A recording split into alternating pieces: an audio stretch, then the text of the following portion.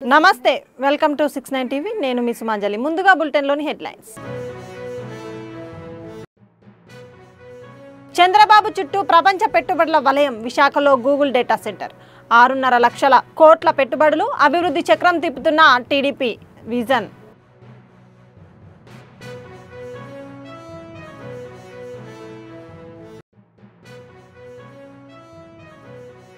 బాకీ కార్డుపై బీఆర్ఎస్ తో బహిరంగ చర్చకు సిద్ధం మంత్రి అడ్లూరి లక్ష్మణ్ కుమార్ సవాల్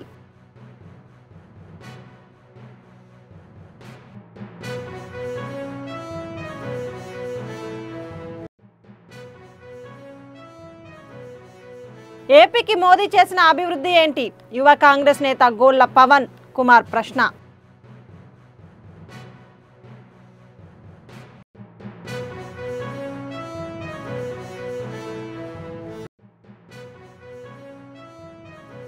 ప్రముఖ జ్యోతిర్లింగ క్షేత్రం శ్రీశైలం శ్రీ భ్రమరాంబ మల్లికార్జున స్వామి వారి దేవస్థానాన్ని దర్శించుకున్నారు భారత ప్రధాని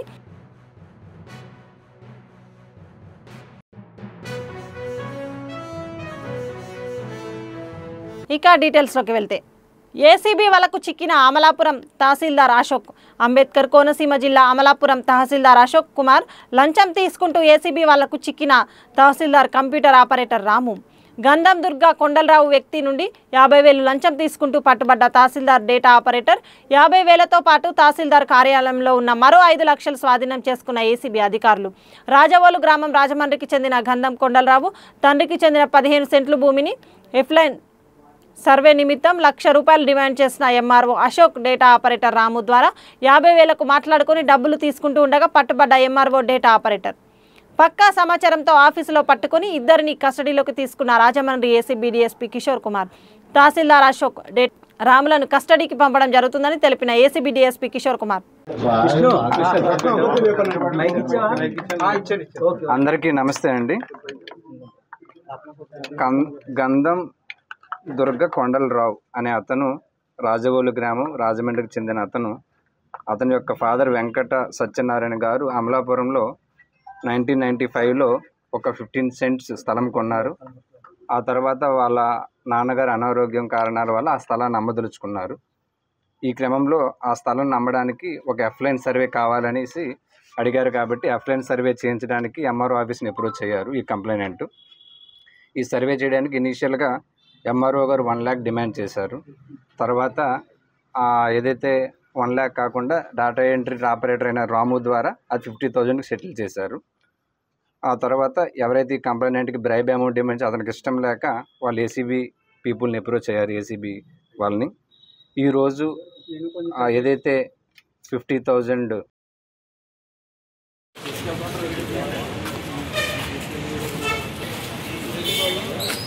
कंप्लेंट दिया साला उन्हें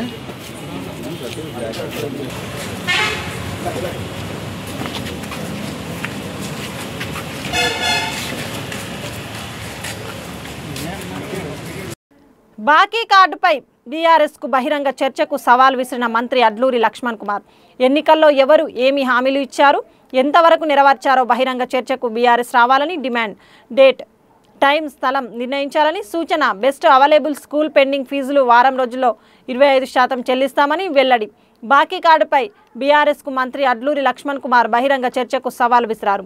బహిరంగ చర్చకు డేట్ సమయం స్థలం నిర్ణయించండి స్పష్టం చేశారు. ధర్మపురిలో మీడియాతో మాట్లాడిన అడ్లూరి లక్ష్మణ్ కుమార్ బీఆర్ఎస్ తీరు నేతల వైఖరిపై ఫైర్ అయ్యారు. ఎన్నికల్లో బీఆర్ఎస్ ఇచ్చిన హామీలు కాంగ్రెస్ ఇచ్చిన హామీల అమలుపై బహిరంగ చర్చకు బీఆర్ఎస్ సిద్ధమా అని ప్రశ్నించారు. సమయం స్థలం చెప్పండి అని బీఆర్ఎస్ నాయకులకు సవాల్ విసిరారు. గత ప్రభుత్వంలో ముఖ్యమంత్రి కేసీఆర్ ప్రక్కన దళిత మంత్రి కూర్చున్న దాఖలాలు లేవని కొప్పుల ఈశ్వర్ మంత్రిగా సీఎం ప్రక్కన కూర్చోబోతే పక్కన కూర్చోమన్న విషయాన్ని గుర్తు చేశారు. ముఖ్యమంత్రి రేవంత్ రెడ్డి మంత్రులను తన కుటుంబ సభ్యులుగా భావిస్తున్నారని తెలిపారు. 100 సంవత్సరాల చరిత్ర కలిగిన కాంగ్రెస్ పార్టీలో చిన్న సమస్యలు వచ్చినా వెంటనే సమసిపోతాయని చిన్న సమస్యలను భూతద్దంలో పెట్టి చూడాల్సిన పని లేదన్నారు. బెస్ట్ అవైలబుల్ స్కూల్ విద్యార్థుల ఫీజు బకాయి గత ప్రభుత్వ పుణ్యమేనని విమర్శించిన మంత్రి అడ్లూరి లక్ష్మణ్ కుమార్ గత 3 ఏళ్లుగా బెస్ట్ అవైలబుల్ స్కూల్ విద్యార్థుల పెండింగ్ ఫీజులు వారం రోజుల్లో 25% చెల్లిస్తామని చెప్పారు. మిగిలిన 75% ఫీజు విడుదల వారీగా చెల్లించేందుకు సీఎం సిద్ధంగా ఉన్నారని తెలిపారు.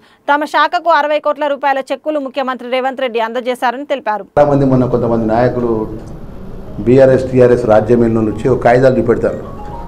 కాంగ్రెస్ పార్టీ వాళ్ళు 2500 రూపాయలు మహాలక్ష్మికి ఇవ్వలేదు, కాంగ్రెస్ పార్టీ వాళ్ళు వాగ్దానాలు ఇచ్చి ఏం చేయలేదని చెప్పి మాట్లాడుతున్నాను. ఈ సందర్భంగా నేను ఒకటే మనవి చేయదలుచుకున్నా. మీ ముఖ్యమంత్రి, మాజీ ముఖ్యమంత్రి కేసీఆర్ కానీ, మీ మంత్రులు కానీ, నేను రాష్ట్ర మంత్రిగా చెప్తున్నా, మీరు టైం డేట్ ఫిక్స్ చేయండి. 2014 నుంచి 18 నుంచి 23 మీ మేనిఫెస్టోలో ప్రజలకు ఇచ్చిన మాట ఏది అమలు చేసిందో చర్చకు సిద్ధమని చెప్పి అడుగుతున్నాను. మాజీ ముఖ్యమంత్రి కేసీఆర్ను, మాజీ మంత్రిని హరీష్ రావును, మాజీ మంత్రి కేటీఆర్ను, మాజీ మంత్రి ఎవరైతే ఉన్నారో చర్చ టైం డాక్టర్ బిఆర్ అంబేద్కర్ విగ్రహం కన్నా, బాబు జగజీవన్ విగ్రహం, మహనీయుల యొక్క విగ్రహం కన్నా, లేకపోతే జ్యోతిరావు పూలే విగ్రహం కన్నా, అయితే జయశంకర్ గారి యొక్క విగ్రహం ఉందా? 2014 మేనిఫెస్టోలో పెట్టినటువంటి అంశం మీరు ఉద్యమం చేసి ఉద్యమ పార్టీగా అప్పుడు మీరు ఎన్నికల్లో పాల్గొని మేనిఫెస్టో విడుదల చేసి ఆ మేనిఫెస్టోలో ప్రజలకు ఇచ్చిన మాట ఎన్ని అమలు చేసింది? 2018లో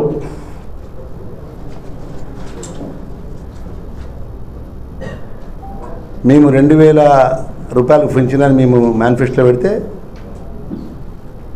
మీరు ఎంబడే దాన్ని మీరు పెన్షన్ ఇస్తున్నామని చెప్పేసి ప్రకటించారు. మీరు ఏది కూడా ప్రజలకు ఇచ్చిన మాట 2014 మేనిఫెస్టో కానీ 2018 మేనిఫెస్టోలో కానీ ఏది అమలు చేయలేదు. మీరు 3 చేసిండు. ఒకటేమో కళ్యాణ లక్ష్మి చేసినారు, ఇప్పుడు షాదీ ముఖర్ కళ్యాణ లక్ష్మి ఒకటి, ఇంకోటి ప్రత్యేకంగా ఈ ప్రాంతానికి సంబంధించినటువంటి సంక్షేమానికి సంబంధించినటువంటి ఇచ్చిన మాట ఏది అమలు చేయలేదు.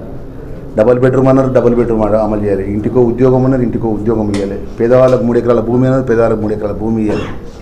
ఇక మీరు వచ్చి మేము కాంగ్రెస్ పార్టీ వైఫల్యాలు 20 నెలల్లో పట్టిన వైఫల్యాలు అని చెప్పి మీటింగ్లు పెట్టుకొని మేము ప్రజల వద్ద కాగితం పట్టుకొని పోతాం అంటే ప్రజలు ఎవరు నమ్ముతారని చెప్పి అంటున్నాను. బడ్జెట్ని అప్పచెప్పిన గౌరవ ముఖ్యమంత్రి గారి నేతృత్వంలో ఒకట గౌరవ డిప్యూటీ చీఫ్ మినిస్టర్ గారు, గౌరవ మంత్రివర్గం, ప్రభుత్వం అంతా ఆర్థిక వ్యవస్థను గడిలో పెట్టి 1వ తారీఖు కల్లా ప్రభుత్వ ఉద్యోగాలు జీతాలు వస్తాయి అయితే వాగ్దానాలు ఇచ్చినాం. 100% ఏదైతే డిగ్రీ కళాశాల కానీ, అదేవిధంగా బస్ డిపో ఏర్పాటు చేసే విషయంలో కానీ, అదేవిధంగా పాలిటెక్నిక్ కళాశాల ఏర్పాటు చేసే విషయంలో కానీ, రేపు అతి త్వరలో ఒక 10-15 రోజుల లోపల ఇంటిగ్రేటెడ్ 200 కోట్ల రూపాయలతో నేరేళ్ల లోపల టెండర్స్ అయిపోయినాయి, ఏజెన్సీ ఫిక్సేషన్ అయిపోయింది. శంకుస్థాపన కూడా డిప్యూటీ చీఫ్ మినిస్టర్ గారితో కూడా ఆ కార్యక్రమం పెట్టుకుంటామనే విషయాన్ని కూడా మీ ద్వారా మనవి చేసుకుంటున్నాం. ఇంకా ఇతర సమస్యలు, మిగిలిపోయిన సమస్యలన్నీ కూడా ఒకటి తర్వాత ఒకటి చేస్తాం. ఇక్కడ చాలా పెండింగ్ బిల్స్ అన్నీ కూడా గౌరవ ముఖ్యమంత్రి వర్యులు మొన్న 4 రోజుల క్రితం, సుమారు 4-5 రోజుల క్రితం రాష్ట్రంలో రివ్యూ మీటింగ్ ఏర్పాటు చేసి లక్షలాది మంది పిల్లలు చదువుకుంటున్నటువంటి వెల్ఫేర్కు ఒక స్పెషల్ సిఎస్ను ఏర్పాటు చేసి మా పెండింగ్ బిల్స్ అన్నీ గ్రీన్ ఛానల్ ద్వారా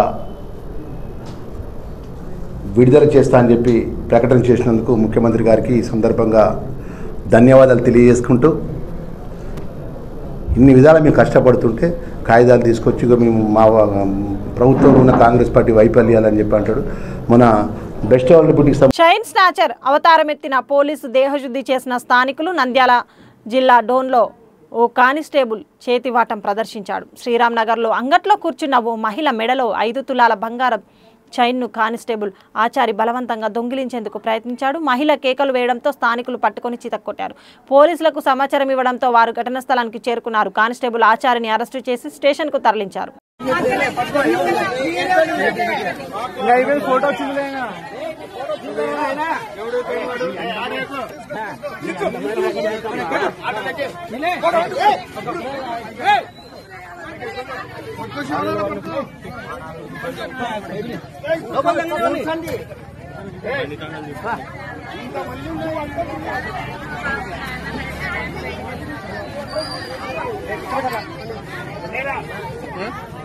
రాష్ట్రాన్ని ప్రధాని మోడీ అభివృద్ధి చేశారని, ఏపీ పర్యటనకు వస్తున్నారని youth Congress state general secretary Golla Pavan Kumar సూటిగా ప్రశ్నించారు.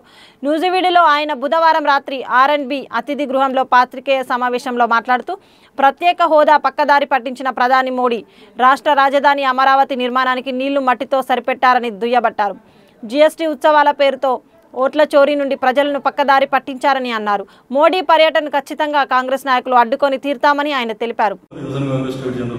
ఈ నెల 16వ తారీఖున భారత ప్రధాని నరేంద్ర మోడీ గారు ఏపీ పర్యటన. మీరు ఏపీకి దేనికి వస్తున్నారంటే మీ యూత్ కాంగ్రెస్ తరఫున క్వశ్చన్ చేస్తున్నాం. మీరు 2014లో ఎలక్షన్ ప్రచారానికి వచ్చినప్పుడు తిరుపతి సాక్షి ఏపీకి 17 కాదు 15 ప్రత్యేక హోదా ఇస్తామని చెప్పన్నారు. తర్వాత అదే సంవత్సరం ఎన్డీఏ కూటమి అధికారంలోకి వచ్చిన తర్వాత రాజధాని అమరావతి రాజధానికి వచ్చి ఆ రోజే మీరు ఇచ్చిన ప్రకంపాలు ఏంటన్నది ఆ రోజు అర్థమైపోయింది.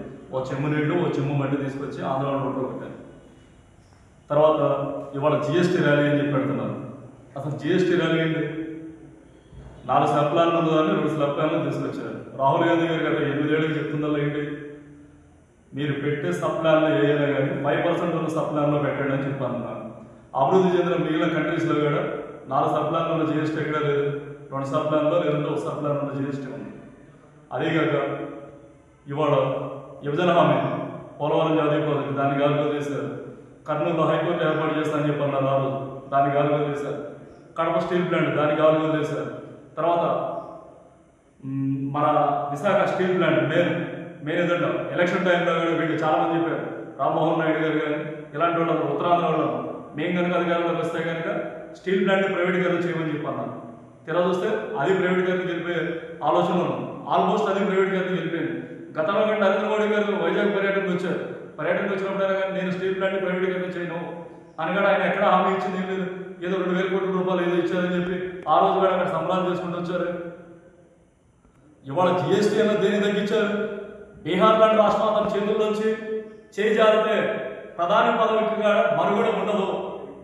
ఎందుకంటే నితీష్ గారు సీఎం పోయడం లేకపోతే ఉండలేదు కదా. గతంలో కానీ మేము చాలాసార్లు చూసాం. వార్త గొడవ పెట్టుకుంటే తేజస్వి యాదవ్ దగ్గరికి వెళ్ళడం, అక్కడ పొత్తులో మన సీఎం అవడం ఇదే కదా. నితీష్ గారికి సీఎం పదవి కావాలి.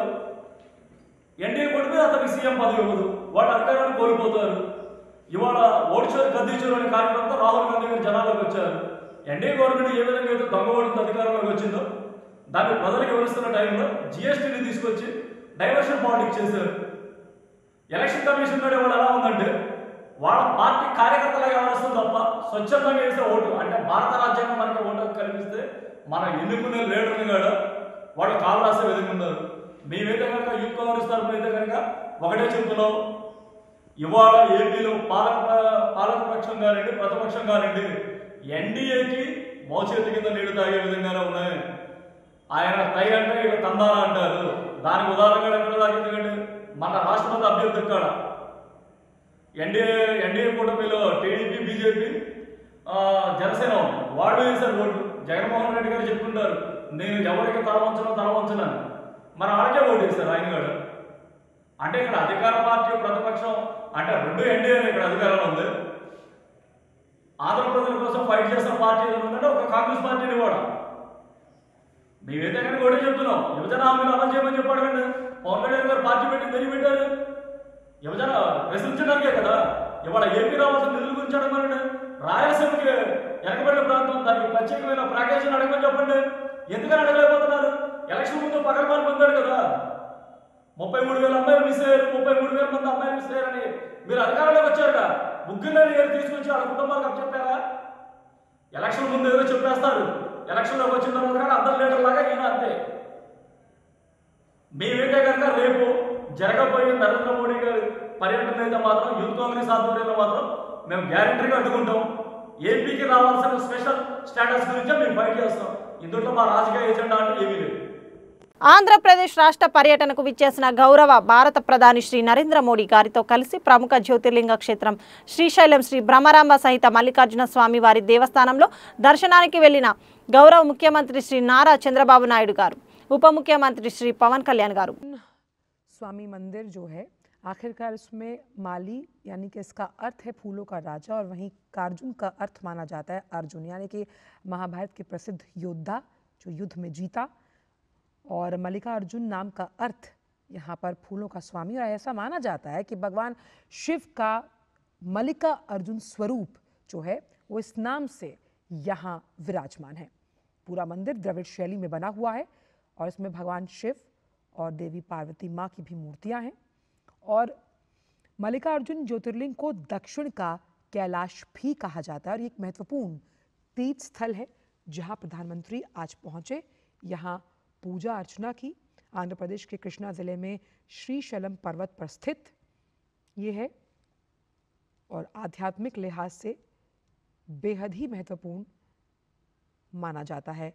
ये श्री मल्लिकार्जुन स्वामी मंदिर 12 ज्योतिर्लिंगों और 52 शक्तिपीठों से एक।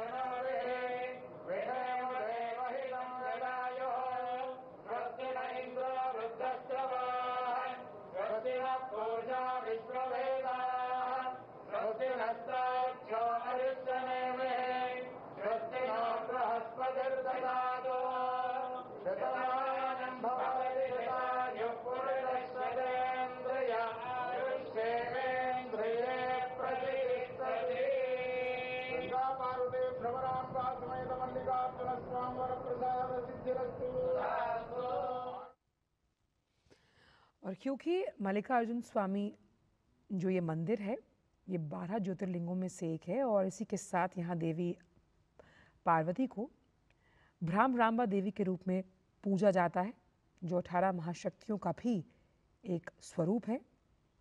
साथ ही इसी परिसर में ज्योतिर्लिंग और महाशक्ति की उपस्थिति जो है वो एक दुर्लभ संयोग बनाती है, अद्भुत दार्शनिक, आध्यात्मिक, सांस्कृतिक अनुभव का प्रतीक। साथ ही ये मंदिर कृष्णा नदी के पावन तट के पास नल्ला माला पहाड़ियों की चोटी पर विराजमान है और पौराणिक ग्रंथों के अनुसार महाभारत और स्कंद पुराण दोनों में ही इस पुण्य स्थल का उल्लेख मिलता है। वहीं यहाँ की कृष्णा नदी को पाताल गंगा के नाम से भी लोग दृष्टव्य मानते हैं और इसी पवित्र जल से भगवान शिव को स्नान कराकर उनकी आराधना भी की जाती है। आलयं करुणालयं नमामि भगवत्पादशङ्करं लोकशङ्करं गुरुर्ब्रह्मा गुरुर्विष्णुः गुरुर्देवो महेश्वरः गुरुसाक्षात् परब्रह्म तस्मै श्रीगुरवे नमः।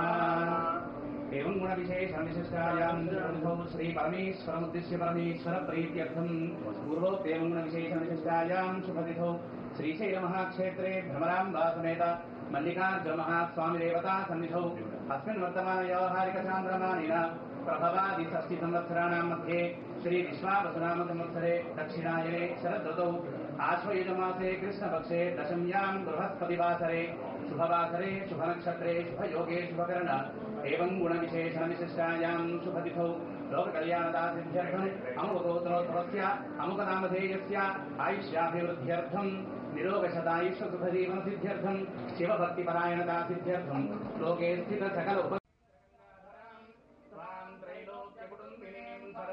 वन्दे मुकुन्दप्रियां शुद्धलक्ष्मीर्मोक्षलक्ष्मीर्जयलक्ष्मी सरस्वती श्रीलक्ष्मीर्वरलक्ष्मीश्च प्रसन्ना मम सर्वदा वराङ्गुसौपाशमभेदमुद्रां करे वहन्ति।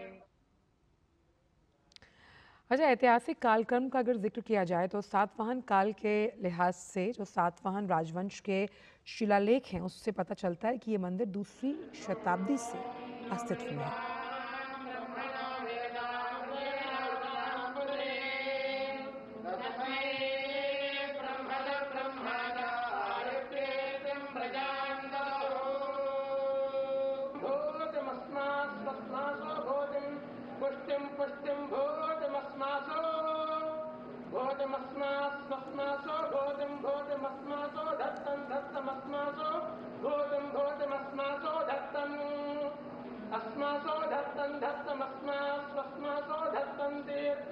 समानं मन्त्रामभिमन्त्रयेव समानेन हविषा जुहोमि समाने आपूतिः समाना हृदयानि वः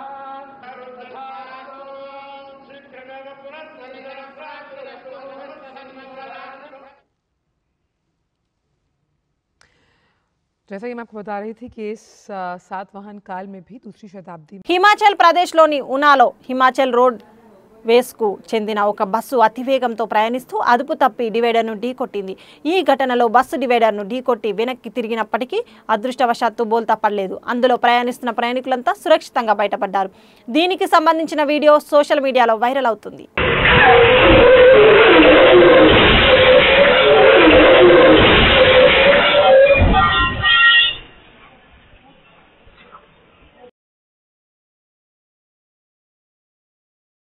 శ్రీశైలంలో గురువారం ప్రధాని మోడీ పర్యటన నేపథ్యంలో ఆయన కాన్వాయ్ కోసం ట్రయల్ రన్ నిర్వహించారు. ఈ ట్రయల్ రన్ సందర్భంగా 2 గంటల పాటు శ్రీశైలం ప్రధాన మార్గాల్లో వాహనాల రాకపోకలను నిలిపివేసి రూట్ క్లియరెన్స్ చేపట్టారు. భద్రతా విభాగం, పోలీస్ శాఖలు కలిసి మొత్తం మార్గాన్ని పరిశీలించాయి. ప్రధాని పర్యటన సందర్భంగా ఎలాంటి అవాంతరాలు జరగకుండా అన్ని ఏర్పాట్లు పూర్తి చేసే దిశగా అధికారులు కసరత్తు చేస్తున్నారు.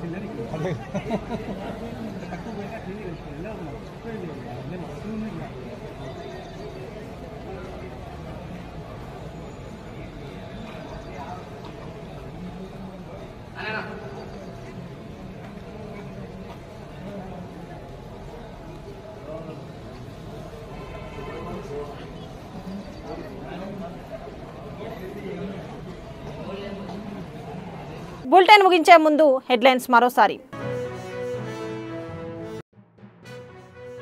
చంద్రబాబు చుట్టూ ప్రపంచ పెట్టుబడుల వలయం. విశాఖలో గూగుల్ డేటా సెంటర్. 6.5 లక్షల కోట్ల పెట్టుబడులు. అభివృద్ధి చక్రం తిప్పుతున్న టీడీపీ విజన్.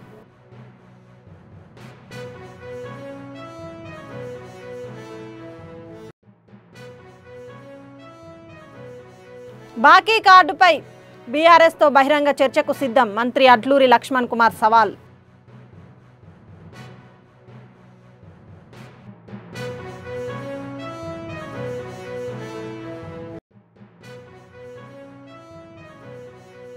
ఏపీకి మోదీ చేసిన అభివృద్ధి ఏంటి? యువ కాంగ్రెస్ నేత గోళ్ల పవన్ కుమార్ ప్రశ్న.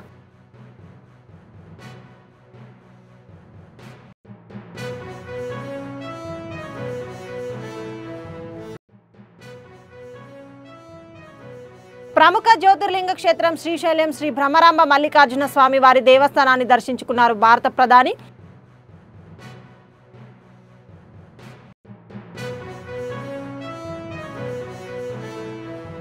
ఇవి బులెటిన్ విశేషాలు. మరిన్ని అప్డేట్స్ కోసం చూస్తూనే ఉండండి 69 టీవీ న్యూస్. నేను మీ సుమంజలి, సైనింగ్ ఆఫ్.